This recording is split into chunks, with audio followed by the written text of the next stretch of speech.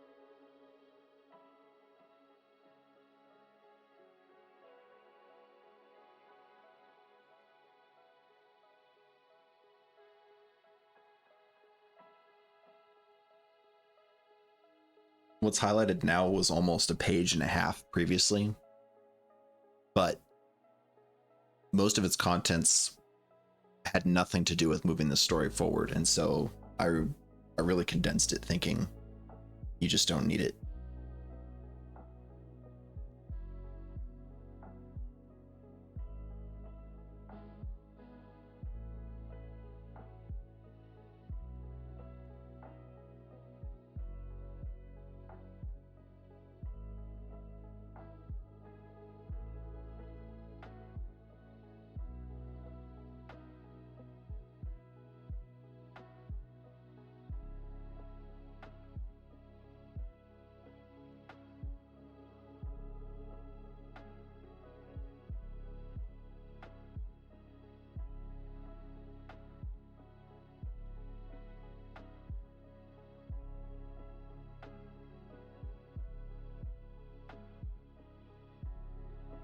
Yeah, that's sort of the thing I got to keep in mind. Whatever elements that I include in the story needs to contribute to the story, not just needless details.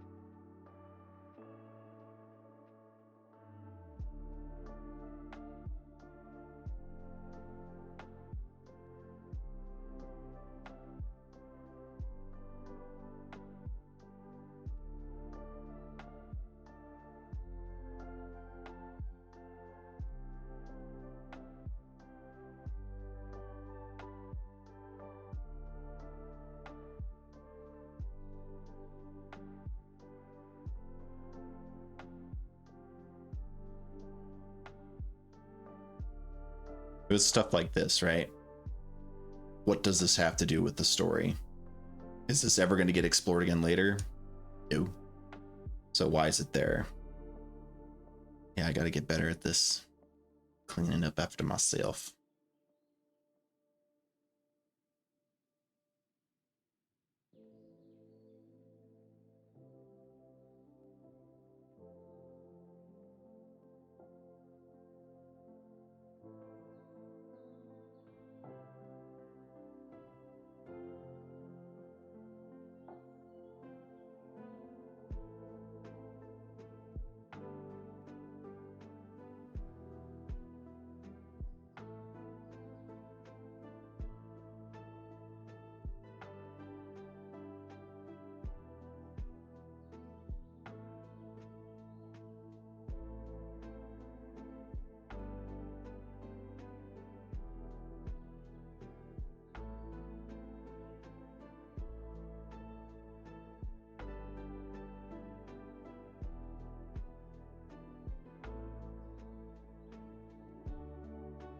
Ready?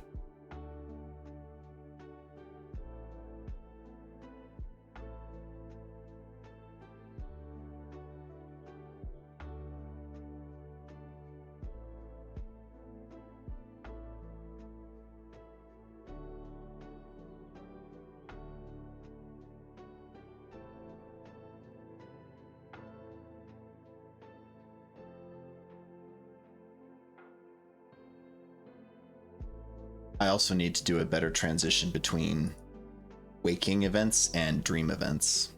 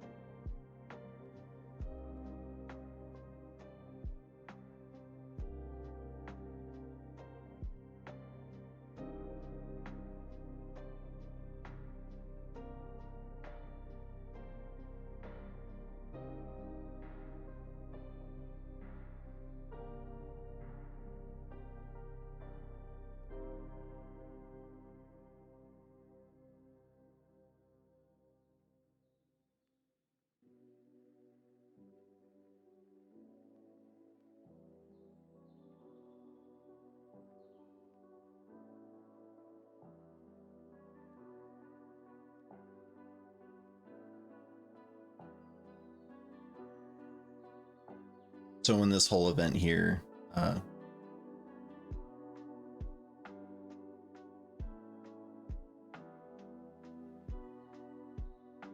this was his first attempt at regaining control of his destiny. In the dream, he's always in an airport terminal, and he starts to have a little bit more lucid experience where he's trying to escape what's happening in the dream. This looks like one of my first attempts to contain him, but as I'm reading it, it needs work.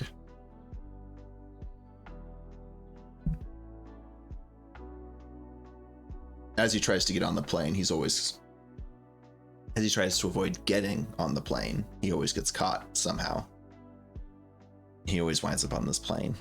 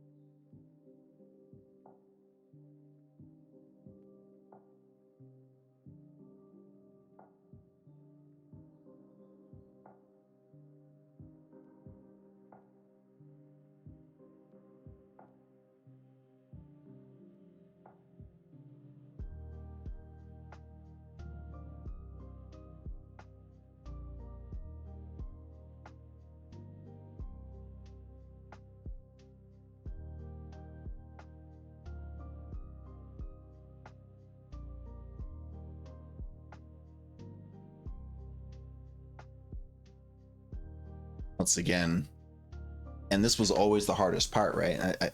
I swear this is why it's taken me so long to write this damn story, because I'm trying to capture the progress of this character's mental decline, basically, as a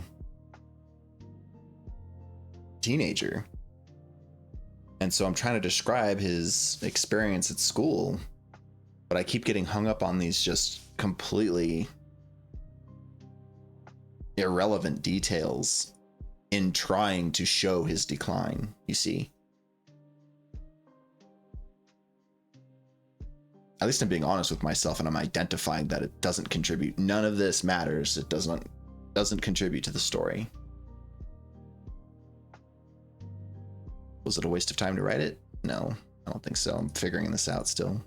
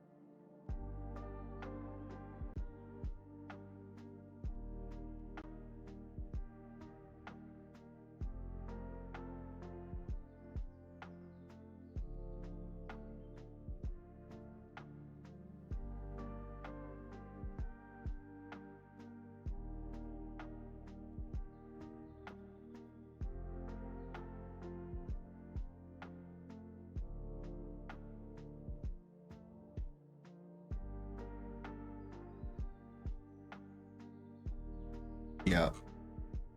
Yeah, chapter 1 is what I was using to communicate his descent into his low point, shall we say.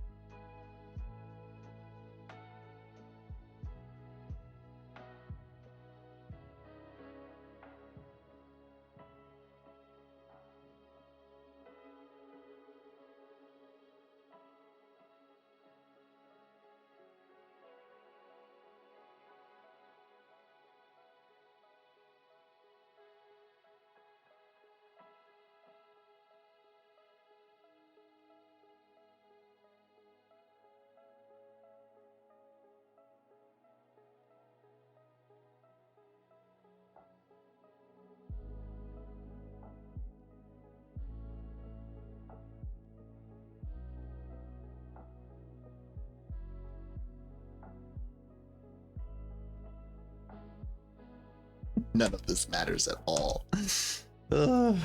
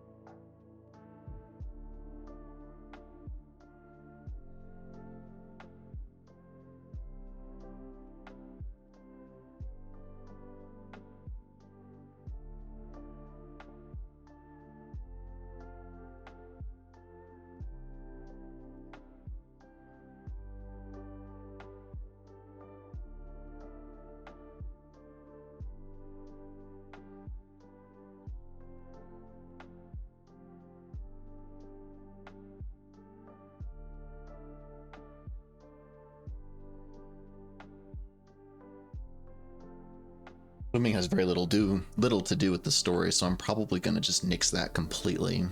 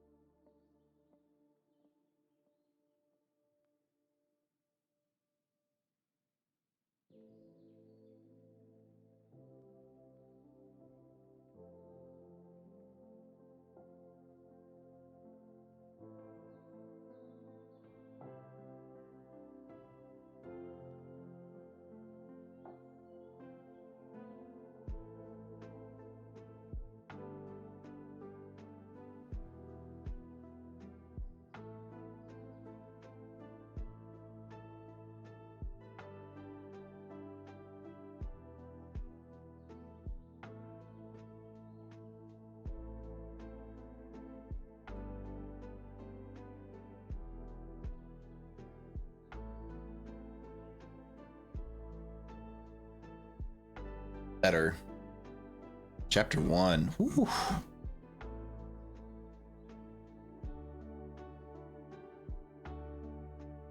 And then I had, looks like 3 more dream sequences.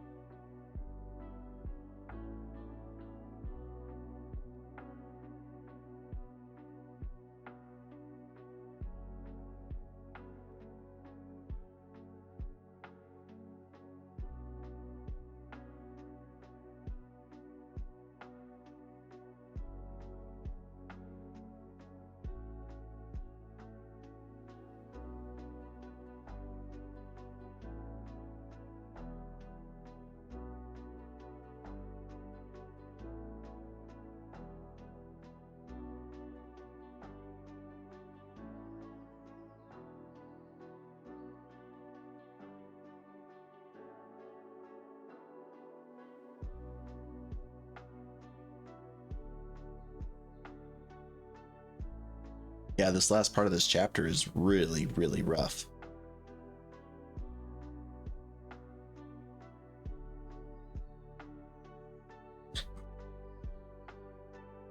And I've always thought dialogue was the hardest to write.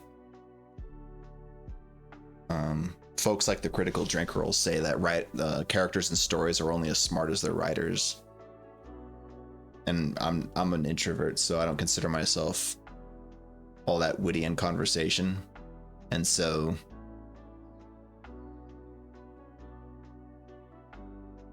I think I might be struggling with dialogue because I haven't quite fleshed out Patrick as a character yet, and maybe that's a reason.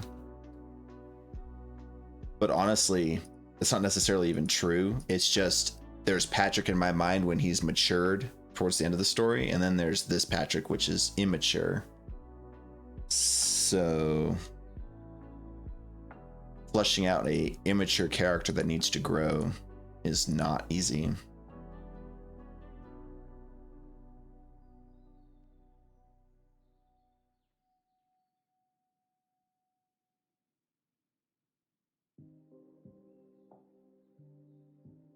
What?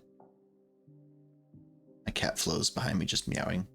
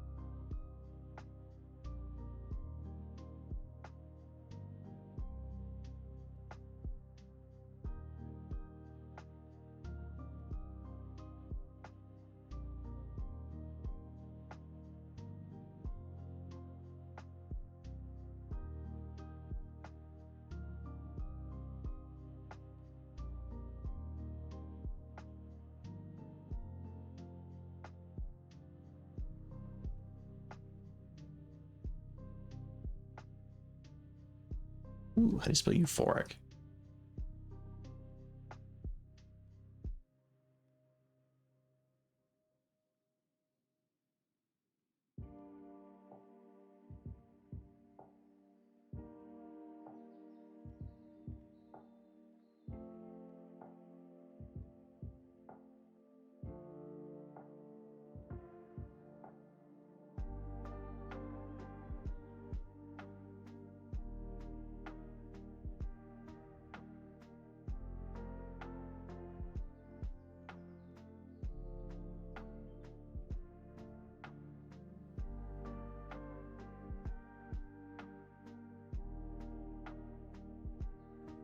Needs into the closet.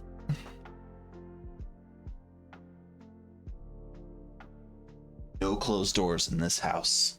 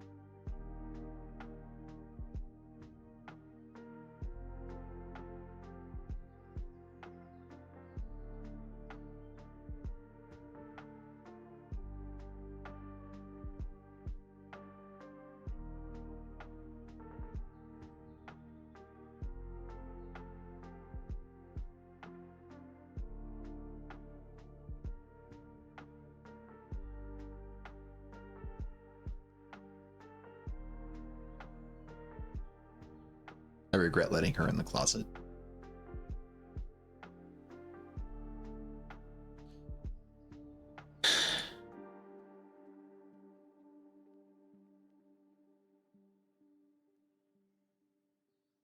So I think that's a good spot to bring us to something I wanted to start doing during these streams. Rather than spending the whole hour just writing, this is supposed to be a learning process for me and for you all. So I thought we'd watch this video by Film Courage. If you've never heard of Film Courage, they invite writers and screenplay writers, novel writers, screenplay writers, movie directors. They bring them on board to explain their process for putting together stories. And so I thought we'd watch this together. Is there a way to avoid writing on-the-nose dialogue? Yes, Tell me. With dialogue, obviously the best thing you can do with dialogue is recognize when you go out and you listen to conversation. People do not speak in complete sentences.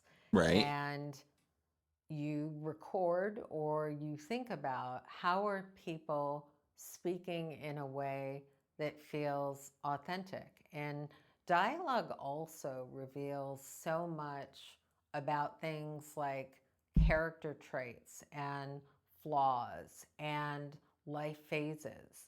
So you want to think about things like, where is this character in their life? And when I look at the life process, is my dialogue reflective of where this character is?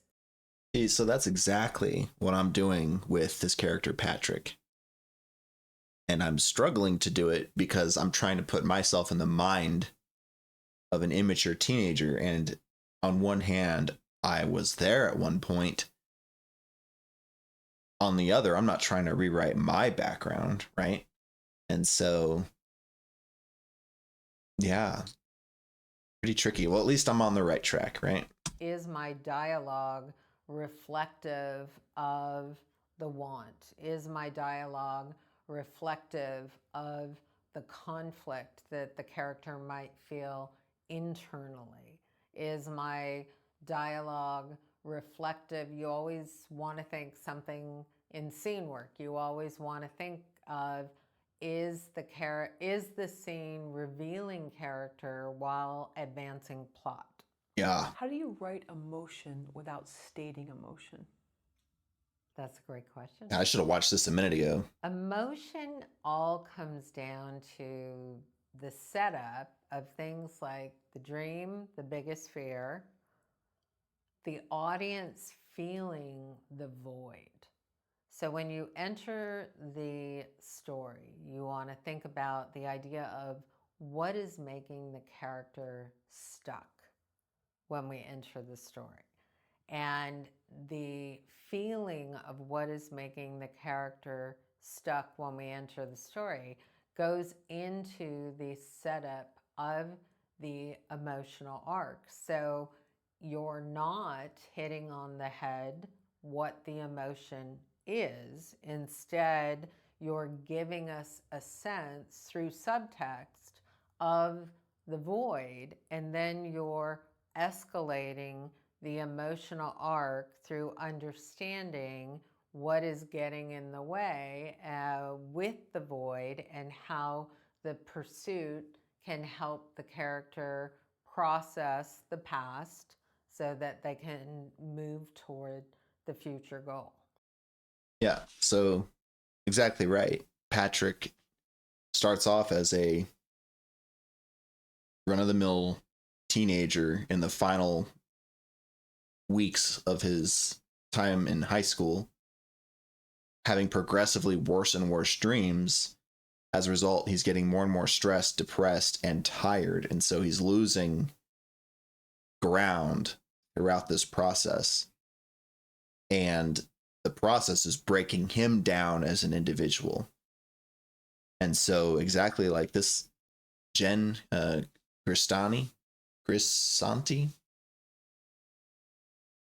I wonder what she wrote, but no, right on it. I'm thinking too about want. How do you state want in dialogue. Like I'm thinking back to the White Lotus. Yes. And the Jennifer Coolidge character has found this young woman who will just sort of listen to her and be her Yes. sounding board. Yes. But she's also manipulating her. Yeah. And it's revealed in these little tells about the business. Oh, I don't have to. We'll talk about that later, right? Yeah. But she throws it out and then she takes it away again. Yes. Yes. I think with dialogue, there's a value in the subtext of the want, like you're describing. I also think that the want is something that you can hit on the nose with the character just declaring, I want blank. And I think that I have seen that done incredibly well, where it's great for the audience because you clearly know what the character wants. Maybe that's what I'm missing. Patrick doesn't want anything. He's just enduring this experience.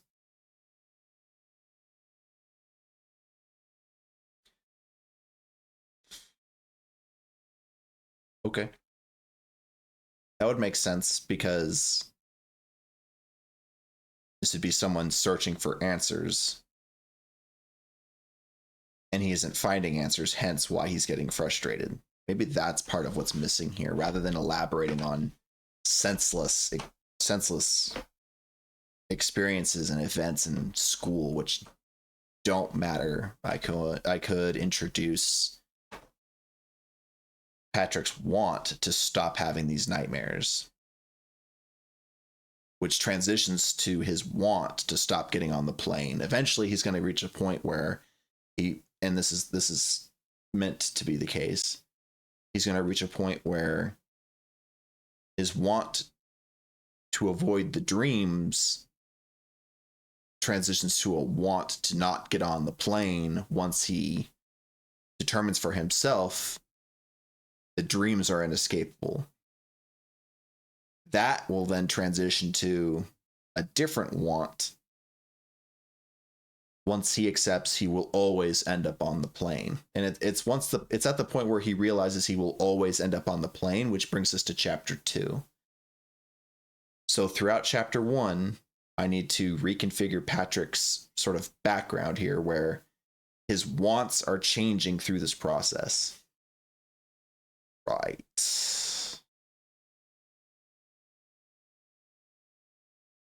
Let me do that real quick.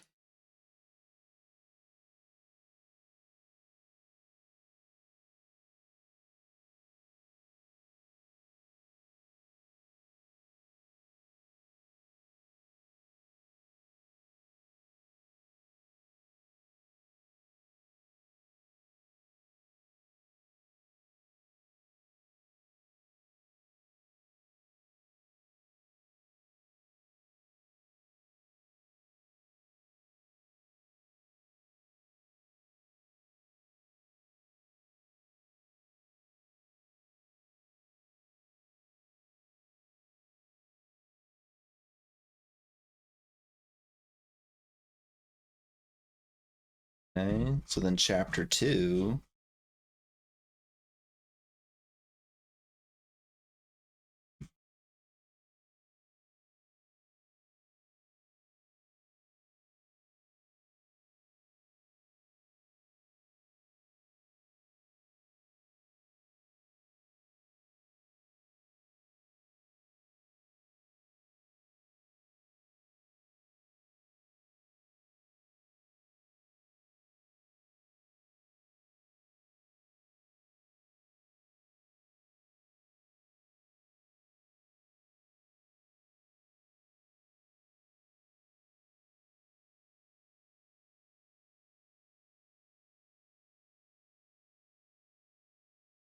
Nice.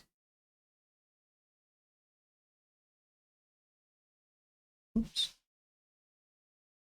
So there's a value in the subtext as long as we don't miss the want. And there's a value in the dialogue sometimes defining the want on the nose for the audience. Yeah, so you could see both wants were very clear.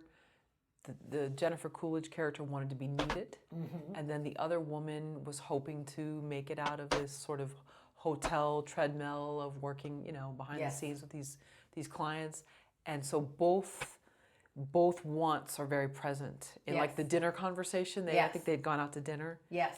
and yeah.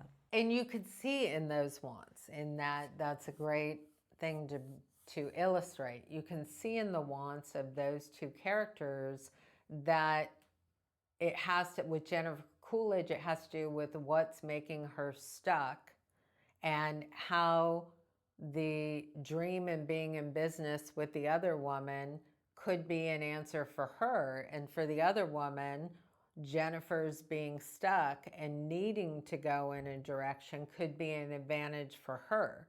So when you look at the want, I always say when you're setting up co-protagonists, we need to understand how one is the answer to the other's dilemma. And that comes down to want. Like when you look at the show Hacks, and you have a sense of Deborah's character and the idea of her being in the life phase where work is stopping because of her age, and you contrast that with a younger character who's asked to help punch up her jokes, which could help her dilemma. And then with the younger character, you also have work is stopping because of something. I'm really not tracking which story she's talking about, so I can't relate to her example really, but Things she said on Twitter that caused her career that was blossoming to suddenly stop. So you have two characters who their wants are in connection, and they are the answer to the other's dilemma. What should a writer know about monologues? Not really or relevant. Should a writer try to avoid monologues in their film or TV or play? I love that question. I think that so many story experts will say no more than 4 to 5 lines of dialogue. So of course, when you hit a monologue, you're going way over that. If the monologue serves the intention of the story, there is value in the monologue. When you look at Aaron Sorkin, who could have and that's why I was cutting short the nonsense that I was writing about. It didn't contribute to the story. And so Jen is exactly right here. full page or 2 pages worth, then it serves the story in such a brilliant way that brings you to a sense of depth and understanding of the character, there's a value. However, just know that the rule of thumb is you should have 4 to 5 lines of dialogue. So the value of brevity, the value, I often tell writers, My lines are 4 to 5 words. So, in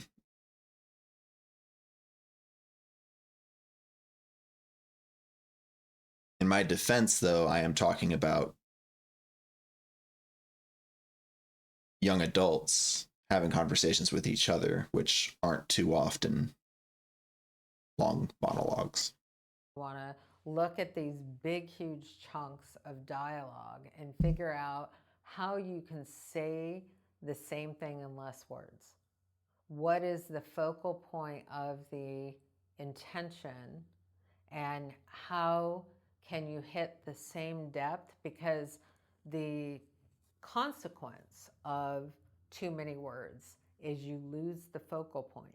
Certainly in comedy, when you're looking at cadence and you're looking at the cadence when you have over 3 to 4 lines of dialogue, you lose that cadence. The joke gets buried because there are so many words. So there's a value in the monologue if it serves the intention, but there's also a value in, can you say something with the same amount of depth without so many words?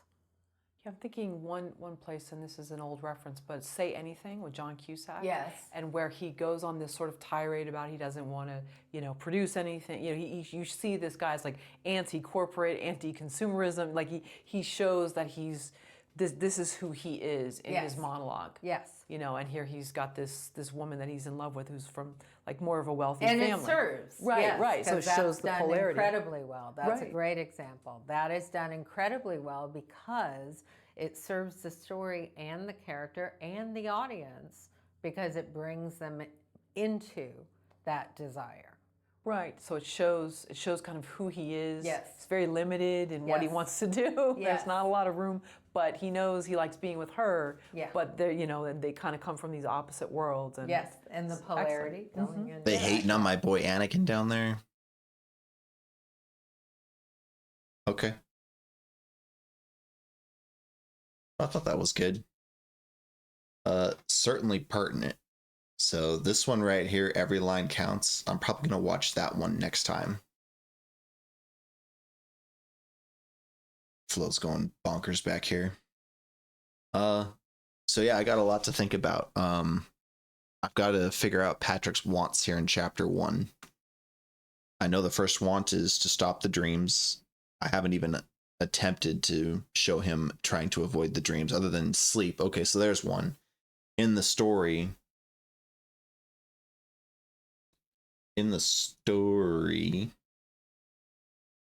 I have Patrick trying to avoid sleep in school, and the result is he's falling asleep in class. I think it's actually chapter 2. Yeah, chapter 2. Boy.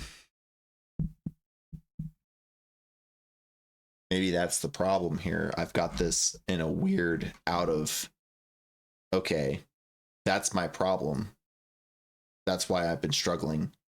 I've got his wants out of order. In chapter 1, I've got him trying to avoid getting on the plane. In chapter 2, I've got him avoiding sleep. I guess I gotta just play with that a little bit. What makes the most sense? Trying not to sleep if you're having nightmares, or trying to control the nightmares once you're in them? I think I've got these out of order. So next time I do this, that's what I'm going to try to flip.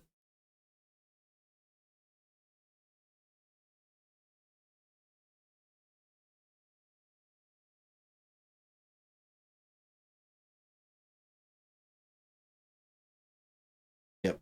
So I got to flip this. Chapter 2 needs to start with him trying to avoid the dreams. Chapter 1 needs to be him trying to avoid sleep. Trying to avoid the plane. Chapter 2 is him trying to avoid that. Got it. Yeah, so I would say today was really good. I hope you're working on your story. I hope you're making progress in it. And I'd love to hear about your progress. So next time, I hope you join me again. And for now, I hope you have a good night and take care. Thank you.